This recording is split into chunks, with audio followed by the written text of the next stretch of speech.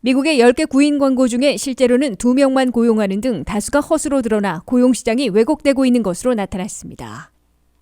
인공지능 검색 엔진이 급속 확산되면서 회계감사, 통역, 작가 등의 직종이 가장 위협받고 있는 것으로 조사됐습니다. 미국에서 파산한 실리콘밸리 은행과 시그니처 은행의 매각과 새 인수은행들이 확정됐습니다. 1월 미 대도시들의 집값 하락폭이 둔화된 가운데 서부 4개 도시는 1년 전보다 더 떨어진 것으로 나타났습니다. 애플이 $1,000까지 빌려 사용한 후 4번으로 나눠 갚을 수 있는 새로운 애플페이 레이터 제도를 도입해 시행에 들어갔습니다. 여러분 안녕하십니까? 워싱턴 뉴스 투데이입니다.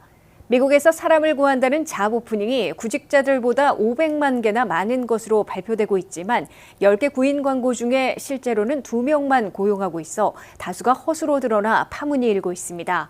잡 오프닝이 부풀려져 있어 미국의 강한 고용시장과 이에 따른 물가 잡기, 금리 정책까지 왜곡시키고 있는 것으로 우려되고 있습니다. 한면태 기자가 보도합니다. 미국에서는 사람을 구하는 잡 오프닝, 즉 열린 일자리가 2월 현재 1,080만 개나 되는 반면에 실업률에 따른 구직자들은 594만 명이어서 이들을 모두 고용하고도 500만 개나 남아도는 강력한 고용시장으로 꼽히고 있습니다. 연방노동부나 민간 분석기관들이 이러한 통계를 근거로 미국의 고용시장이 극히 이례적으로 강하고도 뜨거운 열풍을 유지하고 있다고 강조하고 있고, 중앙은행인 연방준비제도는 고용 열풍을 보고 금리 인상폭을 결정해 왔습니다. 그러나 이러한 잡 오프닝이 10자리당 2명만 고용하고 다수는 허수인 것으로 드러나고 있어 파문이 일고 있다고 CBS 뉴스가 보도했습니다. CBS 뉴스는 크게 3가지 이유로 1,000만 개가 넘는 잡 오프닝, 구인 포스팅이 가짜 허수인 것으로 보인다고 지적했습니다. 첫째, 상당수 고용주들이 실제 사람을 구할 의사가 없으면서도 고의로 구인 광고를 포스팅하고 있기 때문입니다. 상당수 고용주들은 팬데믹을 거치면서 너무 많은 직원들이 너무 자주 그만두고 다른 곳으로 옮기는 사태에 직면해 구인 광고를 계속 포스팅해놓고 직원 후보 명단이라도 최대한 확보해 놓고 있으려는 태도를 보이고 있다고 이 방송은 전했습니다. 둘째, 하나의 일자리임에도 여러 직책으로 나누고 여러 사이트에 포스팅해 놓고 있는 경우가 너무 흔해 잡 오프닝의 다수는 겹치기, 복제된 것이기 때문입니다. 구인 담당자들은 이를 잡 오프닝 인프레이션으로 부르고 있다고 CBS 뉴스는 밝혔습니다. 특히 샌프란시스코와 뉴욕 등 미 전역에서 원격 근무하는 사람을 구하는 잡 오프닝은 10중 8구 한 자리를 여러 개로 부풀린 것이라고 구인 담당자들은 토로했습니다. 실제로는 한 자리인데 여러 개 구인인 것처럼 복제 겹치게 만든 잡 오프닝이 심한 곳은 뉴욕과 로스앤젤레스이며 직종으로는 엔지니어링과 세일즈, 커스터머 서비스 직종이라고 이 방송은 전했습니다. 셋째, 구인 광고를 기간 없이 1년 내내 올려놓고 있는 회사들이 많아 잡 오프닝의 다수를 허수로 만들어 놓고 있습니다. 상당수 고용주들은 자신들이 신입 직원들에게 항상 개방해놓고 환영하고 있다는 이미지를 확산시키기 위해 잡 오프닝 구인 광고를 계속 올려놓고 있다고 CBS 뉴스는 전했습니다. 이같이 사람을 구한다는 잡 오프닝이 다수가 허수일 경우 이례적으로 강력하고도 뜨겁다는 미국의 고용시장이 왜 있을까 우려된다고 이 방송은 지적했습니다.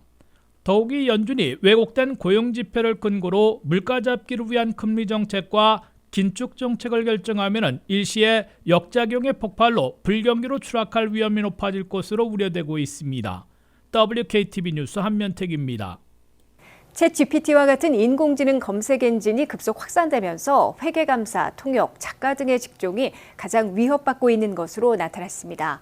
그러나 인류는 역사상 사람의 이익을 침해하는 기술의 상용에서는 제한 조치를 취해왔기 때문에 즉각 노출되는 직업과 직종들이 대거 사라지거나 해고되는 사태는 이른 시일 내에 발생하지는 않을 것으로 월스트리트 저널이 지적했습니다. 안혜린 기자의 보도입니다. 인공지능을 탑재한 새로운 검색 엔진 챗GPT가 급속도로 확산되자 인류에게는 흥분과 우려를 동시에 안기고 있다고 월스트리트 저널이 28일 보도했습니다. 아이비리그인 유펜, 즉 펜실베니아 대학과 MIT 등에서 챗GPT가 어떤 파장을 불러올지에 대한 연구 결과들을 쏟아내고 있습니다. 챗GPT가 널리 사용되면서 수계산, 번역, 분류, 컴퓨터 코딩 등에 가장 큰 영향을 미치고 있으며 이에 많이 노출돼 위협받고 있는 직업, 직종들로는 회계감사, 통역, 번역, 작가, 수학자, 홍보 전문가 등 정보 처리 등으로 나타났다고 월스트리트 저널은 전했습니다.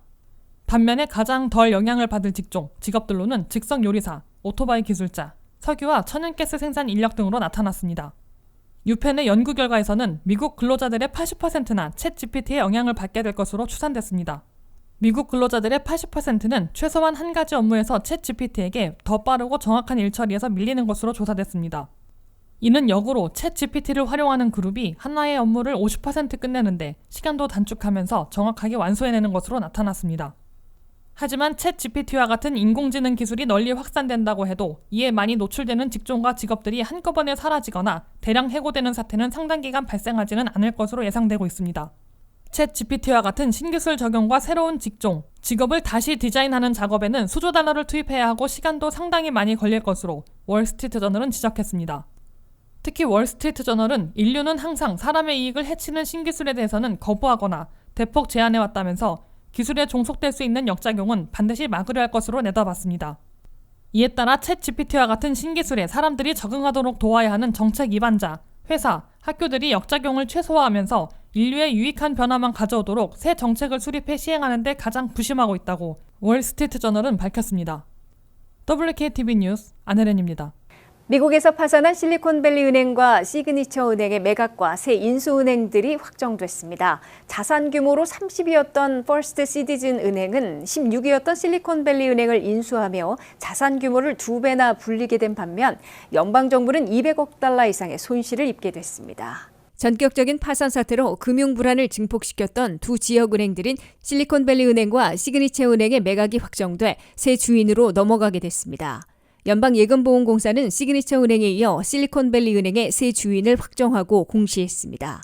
이 과정에서 자산 규모 16위였던 서부의 실리콘밸리 은행이 30위였던 동부의 퍼스트 시티즌 뱅크에게 넘어가는 보기 드문 냉혹한 사태가 벌어졌습니다.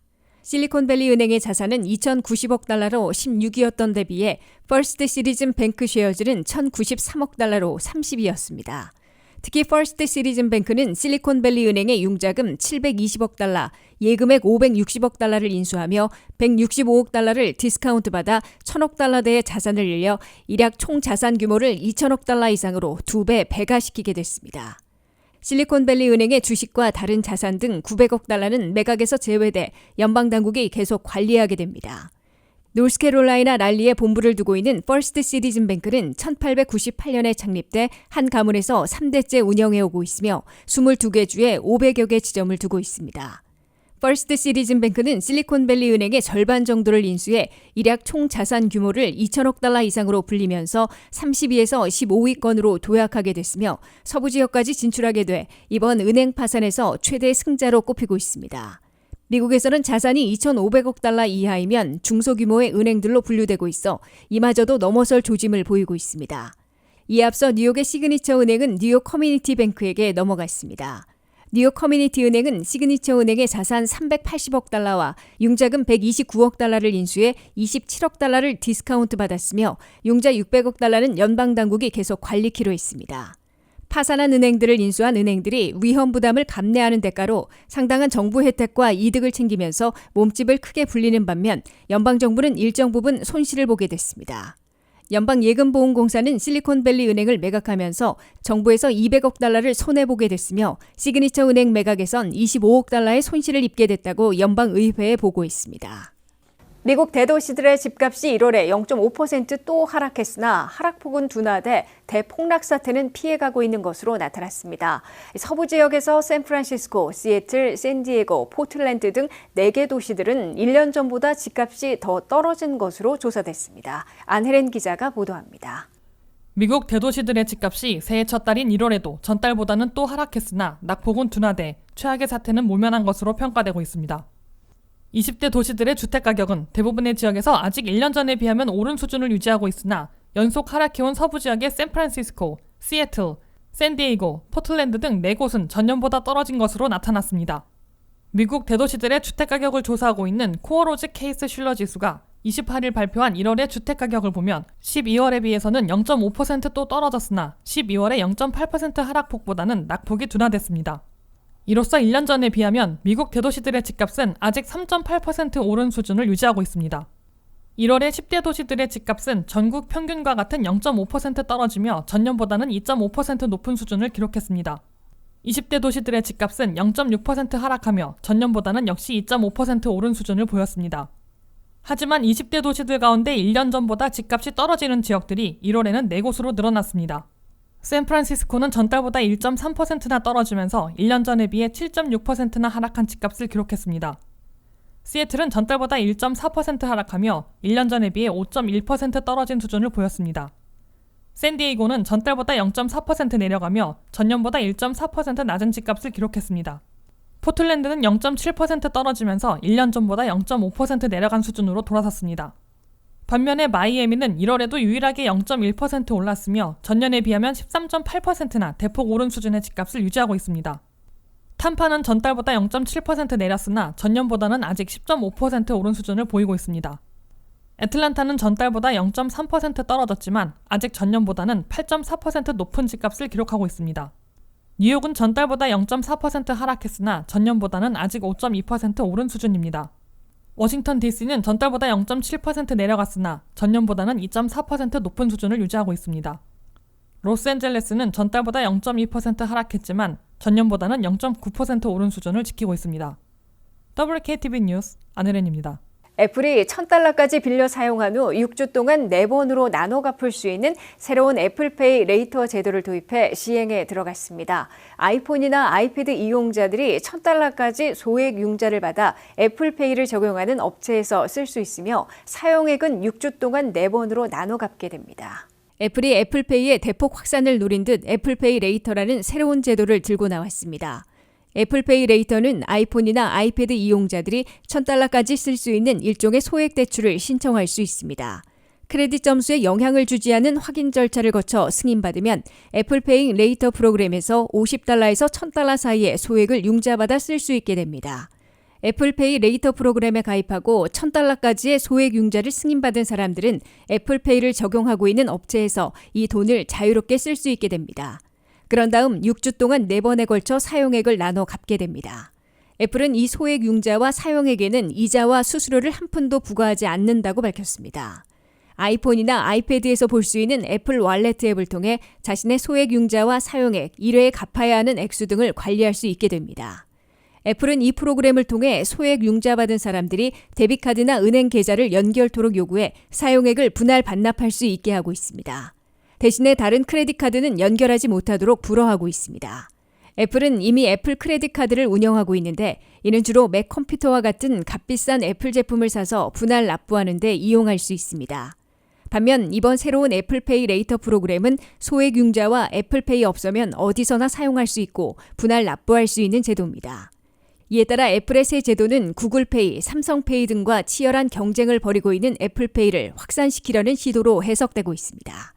애플의 크레딧 카드나 애플페이, 애플페이 레이터 등 각종 프로그램들은 아이폰이나 아이패드 사용자들만 애플 아이디까지 발급받은 후 요구되는 애플리케이션을 설치한 후에 이용할 수 있어 다소 번거롭다는 지적을 받고 있습니다. 이상으로 워싱턴 뉴스투데이를 마치겠습니다. 시청해주신 여러분 고맙습니다.